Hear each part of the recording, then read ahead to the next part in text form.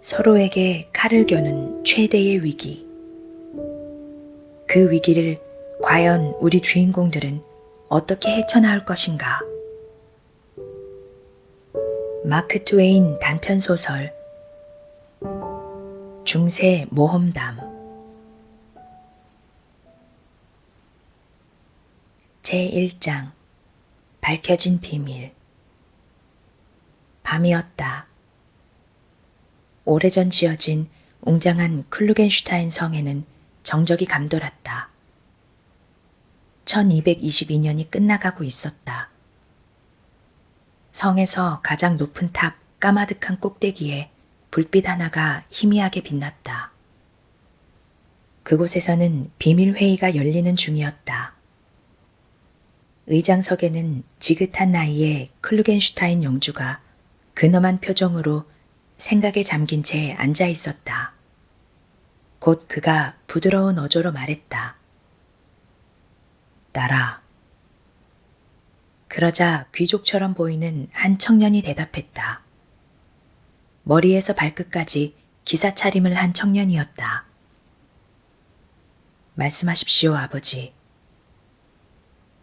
딸아, 지금까지 네 젊은 인생을 송두리째 혼란에 빠뜨렸던 비밀을 밝힐 때가 되었구나. 이제 이 모든 게 어떻게 시작되었는지 얘기해 주마. 나의 형 울리히는 브란덴부르크의 위대한 공작이다. 그런데 아버지께서 임종하시면서 만일 울리히가 아들을 갖지 못하면 내 아들에게 계승권을 넘기라고 유언을 남기셨지. 만약 우리 둘 다 아들을 갖지 못하고 딸만 낳을 경우에는 울리히의 딸에게 계승권이 넘어간다. 하지만 만일 그 딸에게 흠이 있을 경우에는 내 딸에게 계승권을 넘기되 내 딸 역시 이름을 더럽힐 만한 오점이 없어야 한다고 하셨단다. 그래서 지금 이 자리에 있는 네 어머니와 나는 훌륭한 아들을 낳게 해달라고 간절히 기도했다. 하지만 기도는 이루어지지 않았고 네가 태어났지. 나는 절망했다. 멋진 기회도 날아가 버렸고 화려한 꿈도 물거품이 되어버렸으니까. 하지만 희망을 버리기에는 일렀지. 형이 결혼한 지 5년이 지나도록 형수님은 아들도 딸도 낳지 못하고 계셨거든. 나는 모든 게 끝난 것은 아니라고 생각했다. 상황을 타개할 계획이 뇌리를 스쳤지. 네가 태어난 시각은 한밤중이었고 여자아이라는 것을 아는 사람은 의사와 간호사 그리고 6명의 시녀들이 전부였어. 그래서 네가 태어난 지 1시간도 지나기 전에 그들의 목을 전부 베어버렸다. 다음 날 아침 클루겐슈타인에는 남자아이가 태어났음이 선포되었고 영지는 온통 기쁨으로 가득했지. 위대한 브란덴부르크의 계승자가 태어난 거야. 어린 너를 돌보는 일은 네 이모가 맡았고 그렇게 비밀은 철저히 감춰졌단다. 그때부터 지금까지 우리는 두려울 게 아무것도 없었어. 그런데 네가 10살이 되던 해 울리히에게도 딸이 태어났다.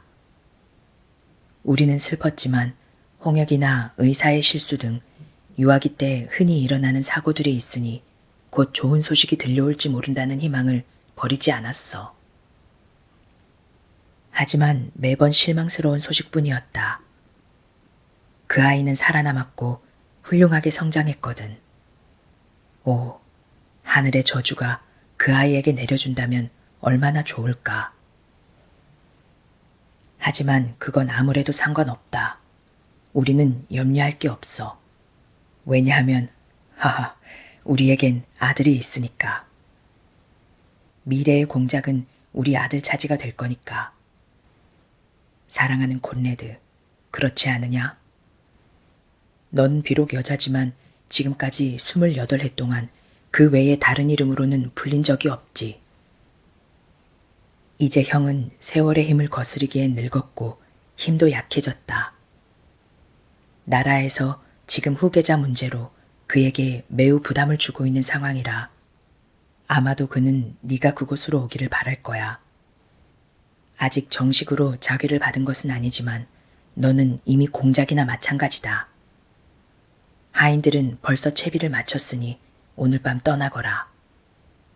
그리고 이제부터 잘 들어라.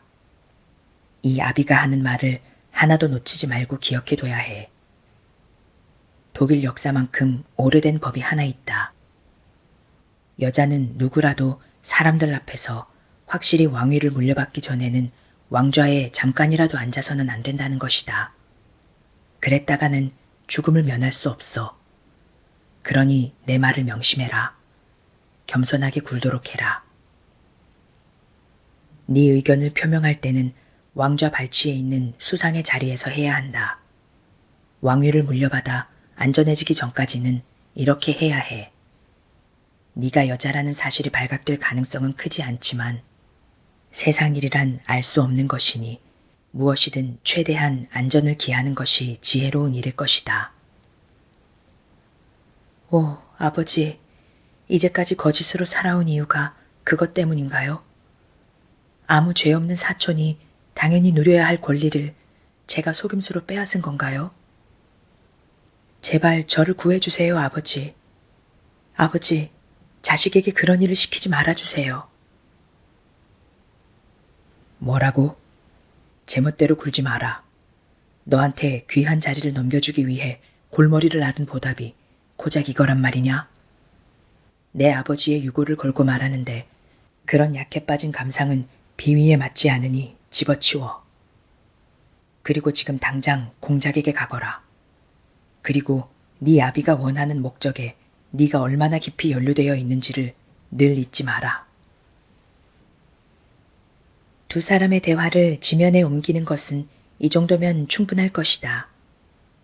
우리는 본성이 선한 그녀가 아무리 기도하고 간청하고 눈물을 흘려도 소용없었다는 걸 알 수 있다. 무엇으로도 그 완고하고 늙은 클리겐슈타인 영주의 마음을 움직일 수는 없었다. 그래서 결국 그의 딸은 무거운 마음으로 자신의 등 뒤에서 성문이 닫히는 것을 지켜볼 수밖에 없었다. 그리고 기사 차림으로 무장한 신하들과 용감히 따르는 하인들을 거느린 채 어둠 속으로 말을 타고 떠나야 했다. 늙은 남작은 딸이 떠난 후 한참을 말없이 앉아 있다가 슬퍼하는 아내 쪽으로 얼굴을 돌려 말했다. 부인, 일이 꽤 빠르게 진행되는 것 같구려. 그 잘생기고 기민한 데트친 백작에게 사악한 임무를 주어 조카 콘스탄스에게로 보낸 지도 벌써 3달이 좋게 되었잖소. 그가 실패한다면 우리도 완전히 안전하지는 않겠지. 하지만 성공한다면 설사 불행이 닥쳐 우리 딸이 공작이 못 된다 하더라도 공작 부인이 되는 건 막지 못할 것이니. 자꾸 불길한 마음이 들어요. 하지만 다 잘 되겠지요? 참, 역시 여자들이란. 부엉이들은 알아서 울게 내버려두고 그만 잠자리에 들어요. 그리고 위대한 브란덴부르크 꿈이나 꾸시오. 제2장 축제와 눈물. 그 일이 있은 지 엿새가 지났다. 브란덴부르크 공국의 눈부신 수도는 젊은 왕위 계승자인 콘레드를 맞이하기 위한 화려한 열병식 준비로 휘황찬란했고 여기저기서 몰린 충성스러운 축하 인파로 시끌벅적했다. 연로한 공작의 마음에는 행복감이 가득했다. 콘레드는 수려한 외모와 품위 있는 태도로 순식간에 그의 사랑을 독차지했다. 궁의 화려한 방들마다 열렬하게 콘레드를 환영하는 귀족들이 모여들었다. 모두가 기쁘고 행복해하는 모습에 공작은 두려움과 슬픔이 일시에 가시고 위안과 만족감이 찾아오는 기분을 느꼈다. 하지만 궁의 한 외딴 방에서는 완전히 다른 풍경이 펼쳐지고 있었다. 창가에는 공작의 무남동녀인 콘스탄스가 서 있었다. 그녀의 붓고 충혈된 눈에 눈물이 그렁그렁했다. 혼자인 그녀는 이내 다시 울음을 터뜨렸다. 나쁜 베트친, 공작 지휘도 마다하고 도망쳐버리다니. 처음에는 믿어지지 않았는데, 아, 사실이로구나. 정말 사랑했는데, 아버지가 결혼을 허락해 주실 리 없다는 것을 알면서도 감히 그를 사랑했는데, 지금은 그 사람이 정말 증오스러워. 진심으로 증오스러워. 아, 나는 어떻게 될까? 어찌해야 할지 모르겠어. 정말 모르겠어. 미쳐버릴 것 같아. 제3장 뒤엉켜버린 음모. 몇 달이 흘렀다. 모두가 젊은 콘레드의 통치에 찬사를 보냈고 그의 지혜로운 판단력과 자비로운 처벌, 겸손한 태도를 극찬했다. 나이든 공작은 곧 그의 손에 모든 것을 넘겼고 이 젊은 계승자가 수상의 자리에서 왕의 칙령을 전하는 동안 멀찍이 떨어져 앉아 자랑스럽고 만족스러운 기분으로 귀를 기울였다. 콘레드처럼 모두에게 사랑받고 칭송받으며 명예로운 남자라면 당연히 행복해야 했다. 하지만 매우 이상하게도 그는 행복하지 않았다. 당혹스럽게도 콘스탄스 공주가 자신을 사랑하기 시작했다는 것을 알게 되었기 때문이다. 세상 사람들의 사랑을 받는 것은 그에게 기쁨이었다. 하지만 콘스탄스 공주의 사랑을 받는 것은 위험했다. 게다가 한창 콘레드에게 흡족해 있는 공작은 자기 딸이 그를 향한 마음을 품자 이미 두 사람을 결혼시킬 생각을 하고 있었다. 날마다 공주의 얼굴에 어둡게 드리워져 있던 깊은 슬픔의 기운이 사라졌다. 그녀의 눈은 매일 희망과 활기로 점점 더 밝게 빛났고 늘 근심이 서려 있던 얼굴에는 종잡을 수 없는 미소가 머무르기 시작했다. 콘레드는 겁이 났다. 처음 궁에 와서 모든 것이 새롭고 낯설었을 때 본능적으로 동성에게 우정을 구했던 자신이 가슴 쓰리도록 저주스러웠다. 그때 그는 슬픔에 빠진 나머지 여자들만이 느끼고 주고받을 수 있는 공감을 갈구했었다. 그는 이제 사촌을 피하기 시작했다. 하지만 이런 행동은 상황을 더 악화시킬 뿐이었다. 당연한 일이었다. 그가 콘스탄스를 피하면 피할수록 콘스탄스는 더 열심히 그를 찾았던 것이다. 처음에는 그런 그녀가 경탄스러웠으나 나중에는 당황스러웠다. 그녀는 그를 찾아다니며 사냥하는 듯했다. 언제나 그리고 어느 곳에서나 콘스탄스는 우연처럼 그를 발견해냈고 이런 일은 밤낮 없이 일어났다. 그녀는 몹시 초조해 보였다. 분명 어딘가 미심쩍은 데가 있었다. 이런 상황이 영원히 계속될 수는 없었다. 온 세상이 이 일에 대해 얘기하기 시작했다. 공작은 당혹감을 느끼기 시작한 듯했다. 불쌍한 콘레드는 끔찍한 고통을 느끼며 유령처럼 지내기 시작했다. 그러던 어느 날 그림 진열실에 딸린 전용 대기실에서 나오다가 그만 콘스탄스와 정면으로 마주치고 말았다. 콘스탄스가 그의 두 손을 맞잡으며 소리쳤다. 아, 왜 저를 피하시는 건가요? 제가 무슨 실망스러운 말이나 행동이라도 했나요? 콘레드, 나를 경멸하지 말아요. 고통에 시달리는 내 마음을 불쌍히 여겨줘요. 말해야겠어요. 말하지 않으면 죽을 것 같아요. 사랑해요, 콘레드. 절 경멸해야만 한다면 그렇게 하세요. 하지만 어쨌든 말로 표현해줘요. 콘레드는 말이 없었다. 콘스탄스는 잠시 망설였다. 그러다 그의 침묵을 오해한 그녀의 눈에 왈칵 반가운 빛이 떠올랐다. 그녀는 힘껏 그의 목에 팔을 두르며 말했다. 당신도 그런 거죠? 당신도 나랑 같은 거죠? 당신은 나를 사랑할 수 있어요. 아니, 사랑하게 될 거예요. 오, 그러겠다고 말해요. 나의 사랑, 나의 우상 콘레드. 콘레드는 끙 하고 신음소리를 냈다. 곧 얼굴이 순식간에 아픈 사람처럼 창백해지더니 몸을 사시나무처럼 떨기 시작했다. 그러더니 불쌍한 콘스탄스를 필사적으로 밀쳐내며 소리쳤다. 지금 당신은 자신이 무슨 말을 하는지 모르고 있어요. 그건 절대로 영원히 이루어질 수 없는 일입니다. 그러고는 너무 놀라 얼이 빠져버린 콘스탄스를 혼자 남겨둔 채 죄인처럼 도망쳐버렸다. 잠시 후 그녀는 그 자리에서 흐느껴 울기 시작했다. 콘레드도 자신의 방에서 흐느껴 울었다. 두 사람 모두 절망에 빠졌다. 모든 게 끝났음을 두 사람 모두 분명히 알 수 있었다. 곧 콘스탄스는 천천히 자리에서 일어나 걸음을 옮기며 말했다.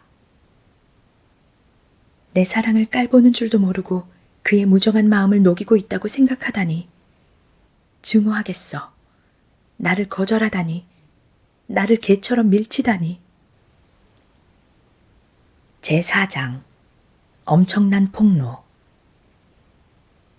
시간이 흘렀다. 공작의 착한 딸의 얼굴에는 또다시 완연한 슬픔이 자리를 잡았다. 이제 더 이상 사람들은 그녀와 콘레드가 함께 있는 모습을 볼 수 없었다. 공작은 이를 슬퍼했다. 하지만 몇 주가 지나자 콘레드는 낯빛을 되찾았고 눈에는 예전처럼 다시 생기가 돌았다. 그리고 냉철하고 성숙된 지혜로 국정을 다스렸다. 그런데 얼마 후 궁에 관한 이상한 소문이 은밀히 돌기 시작했다. 그 소문은 점점 커지며 멀리 퍼져나갔다. 사람들은 모이기만 하면 쑥덕거렸다. 그러다 급기야는 공국 전체를 휩쓸었다. 그 소문의 내용은 이러했다. 레이디 콘스탄스가 아기를 낳았다. 클루겐슈타인 영주는 그 소문을 듣자 깃털로 장식한 모자를 3차례 자신의 머리 위로 돌리며 소리쳤다. 콘레드 공작 만세. 아, 이제 후계자는 확실히 콘레드가 되었다. 데트친이 일을 아주 잘 처리했구나.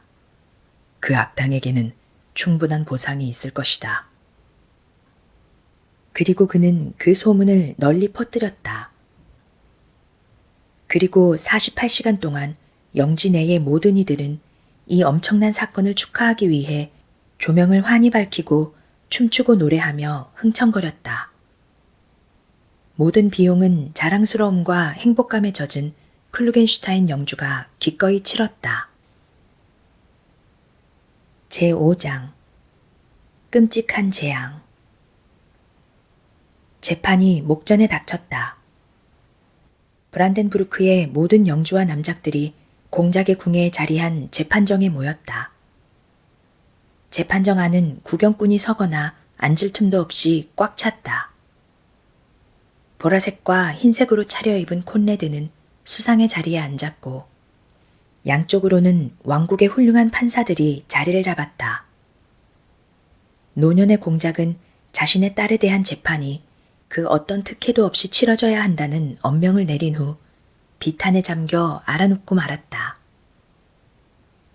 그에게는 남은 날이 많지 않아 보였다. 불쌍한 콘레드는 사촌의 죄를 판결해야 하는 자리에 앉는 고통을 부디 피하게 해달라고 간청했지만 소용없었다.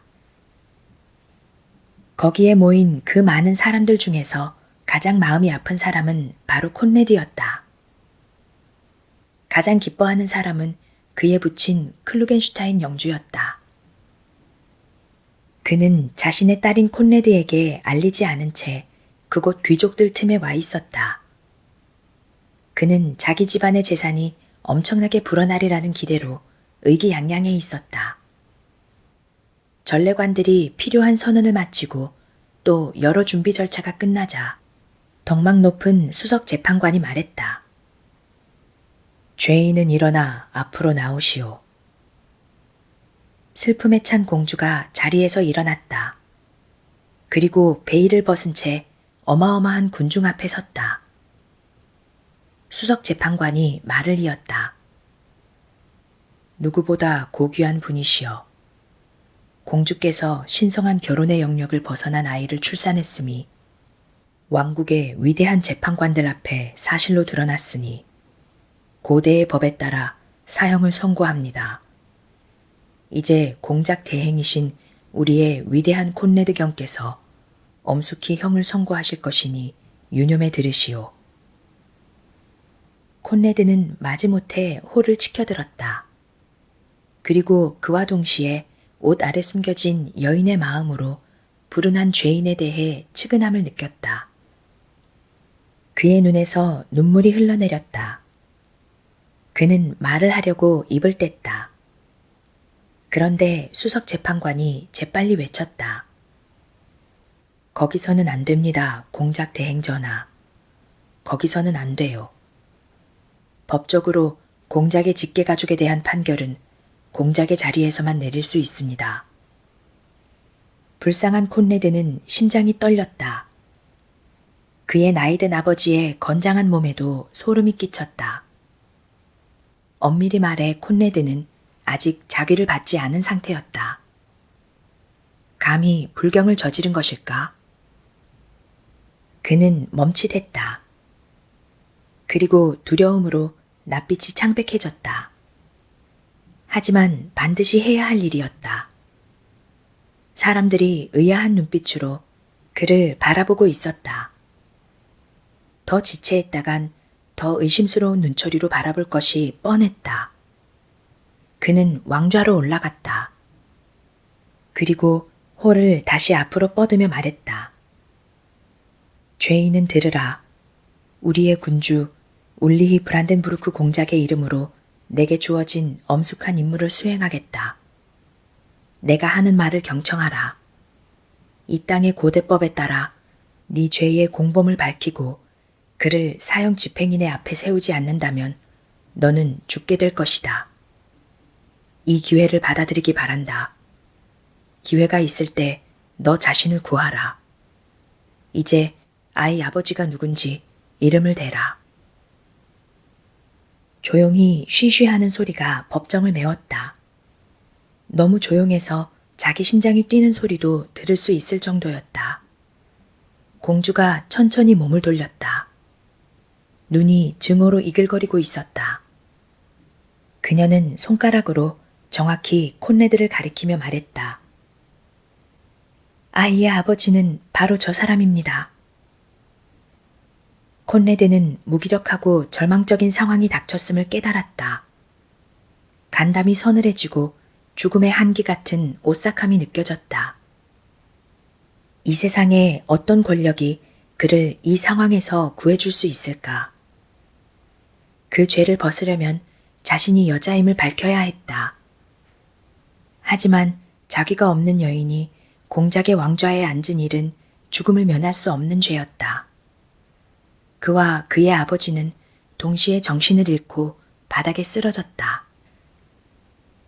이 소름 끼치도록 파란만장한 모험담의 뒷이야기는 이 책에서도 혹여나 다른 책에서도 찾기 힘들 것이다. 지금이나 미래의 어느 시점이나 마찬가지다. 사실 주인공을 이런 아슬아슬한 상황에 처하게 해놓기는 했는데 이 상황에서 빠져나오게 할 방법을 모르겠다.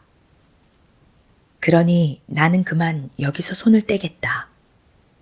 주인공은 자신에게 주어진 최선의 방법으로 알아서 빠져나올 것이다.